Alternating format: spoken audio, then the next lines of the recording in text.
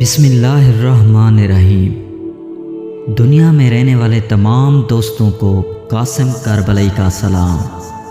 دوستو، آج کتے کی محبت کا واقعہ بیان کرتا ہوں۔ ایک دن مرحوم مرزا حسین علی، جو کہ ہمارا فرما روا تھا، دریا میں تیرنے کے لیے روانہ ہوا۔ اس کا ایک کتا تھا جو اس کے مانے ہوا، لیکن فرما روا نے کوئی پرواہ نہ کی۔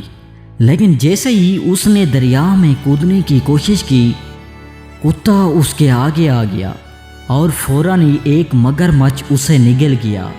فرما روا دریا میں جانے کے اپنے ارادے سے باز آ گیا اور سمجھ گیا کہ کتا اسے دریا میں جانے سے کیوں روک رہا تھا۔